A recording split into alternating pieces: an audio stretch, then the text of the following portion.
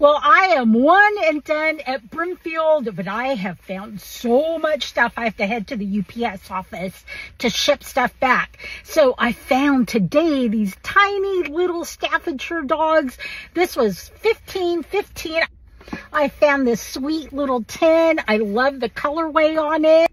And you know, I love a kitty, so I found this gorgeous velvet lined hooked rug pillow for $15. And everybody loves a miniature painting. This one was $4. I found this cool Staffordshire lion yesterday for $15.